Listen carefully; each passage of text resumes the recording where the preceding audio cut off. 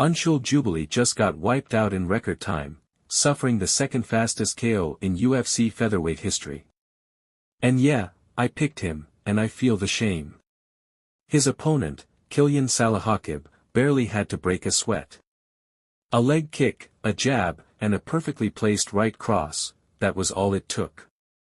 No deep reads, no drawn-out exchanges, just a brutal reminder that sometimes, the hype train is real. I overanalyzed this one. I knew Killian had the momentum, but I doubted him because he lacked UFC experience, and his past competition wasn't the strongest. Meanwhile, Jubilee had been in the octagon before, and I gave that too much weight. But if there's anything to take from this, it's that UFC experience isn't the ultimate edge anymore. In this new era of MMA, raw talent and momentum can overshadow the so-called veteran advantage. Lesson learned. On to the next one. The story of this fight. Jonathan McAuliffe chopping away at the body with brutal leg kicks, and throwing in the occasional head kick that just missed its mark. Sounds promising, right? Wrong. His performance was frustratingly underwhelming.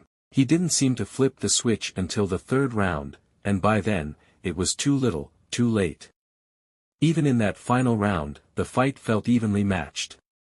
For someone with the tools to dominate, he just didn't bring enough urgency when it mattered. A letdown, to say the least. Cody Steele vs. Rong Zhu, what a fight. It lived up to the hype and then some. As I mentioned in my prediction video, Rong Zhu's experience was a real threat to Cody Steele, and that definitely played out. One big takeaway. Cody Steele might have hands of steel, but his chin. Not so much. At first, Steele came in like a wrecking ball, trying to overwhelm Rong Zhu with aggression and power. But once he realized he couldn't just intimidate and bulldoze his way to victory, the fight started shifting. As the pace slowed and the battle became more about tactics and technique, that's where Rong Zhu really began to shine. Both fighters had their moments, rocking each other at different points, but from round 2 onward, Zhu took over and put on a clinic. Experience trumped raw power, and Steele learned a hard lesson in composure and adaptability. A great fight, and a big statement win for Rong Zhu. Alexander Topuria, versus Kobe Thickness was an interesting fight. Alexander Topuria definitely fights like the little brother or the beta version. And I don't mean beta as in weak, I mean beta like a test version of a program. He's still got the Topuria DNA, but it's like watching an early build of the finished product. This was one of those moments where Big Brother turns into Little Brother. You can see the similarities in his style, his attacks, his movement, but there wasn't a ton of urgency. It felt like he had more in the tank, but he chose to play it safe rather than push for a finish. As for Kobe Thickness, stepping in on short notice, he held his own. He looked decent out there, especially considering the circumstances. Solid fight overall, but you can't help but feel like Alexander could have made a bigger statement. Kong Wang vs. Bruno Brazil, pure dominance from Kong Wang, especially from round 2 onward. The first round was somewhat competitive, though Wang still seemed to edge it. But from the second round on, it was all her. She went to work on Bruno Brazil's legs, breaking her down systematically. What was surprising was Brazil's complete shift in approach. In round 1, she was landing her own leg kicks effectively, but for some reason, she completely abandoned that strategy as the fight went on. By the later rounds, it felt like she was just trying to survive rather than fight back.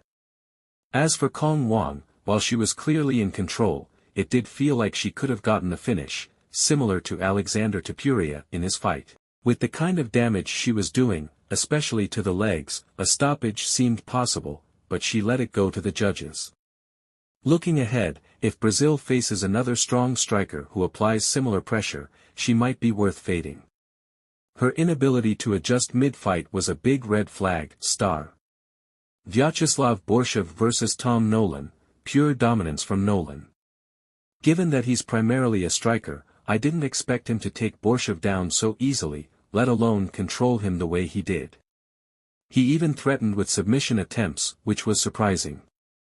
Borshev, on the other hand, was completely outmatched. He didn't get caught in a submission, but he was way too easy to control on the ground. Even when he managed to get a dominant position, at one point mounting Nolan, he couldn't capitalize. Instead of inflicting real damage, he almost looked like he was resting on top. Worse, he was getting hammer-fisted, up-kicked, and elbowed from the bottom. It was a bad look. I overestimated Borshev based on his past performances and toughness. I should have seen this coming. He offered nothing in this fight, looked like he was just there to collect a paycheck. Disappointing performance. Jack Jenkins vs. Gabriel Santos, an interesting fight with a big momentum shift. Jenkins had his moment early, landing a head kick that dropped Santos, proving he's always dangerous.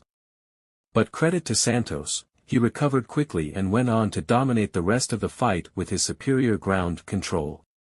Once Santos got Jenkins down, it was one-way traffic. Jenkins had no real answers for the grappling pressure, and Santos systematically took over. While Jenkins showed he has fight-ending potential, Santos proved he has the tools to weather adversity and impose his game. Solid win for Santos star. Jake Matthews vs. Francisco Prado. Matthews put on a clean, technical performance against Prado. He stayed sharp, outboxed Prado, and avoided any major danger. It wasn't flashy, but it was dominant. Easy 30-27 decision across the board. Jimmy Crute vs. Rodolfo Bellato. Wild fight that ended in a majority draw. Crute came out strong and looked like he was going to get Bellato out of there early, but Bellato somehow survived and started taking over as the fight went on. It was one of those fights where one guy starts hot, but the momentum shifts later. Two judges had it 28-28, one gave it 29-27 for Crute. So yeah, no winner, just a war. Talison Teixeira vs. Justin Tafa.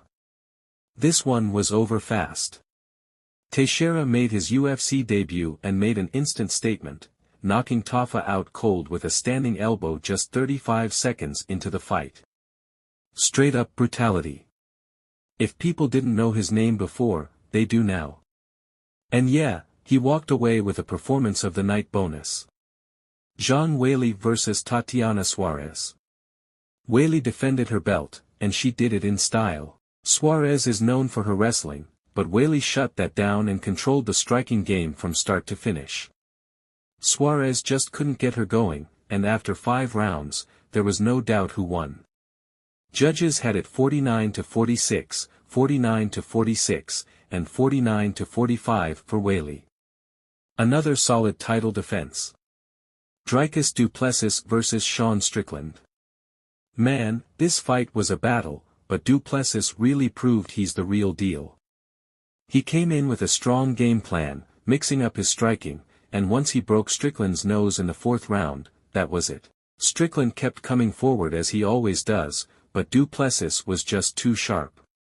Judges scored it 50-45, 50-45, and 49-46, total domination by DDP.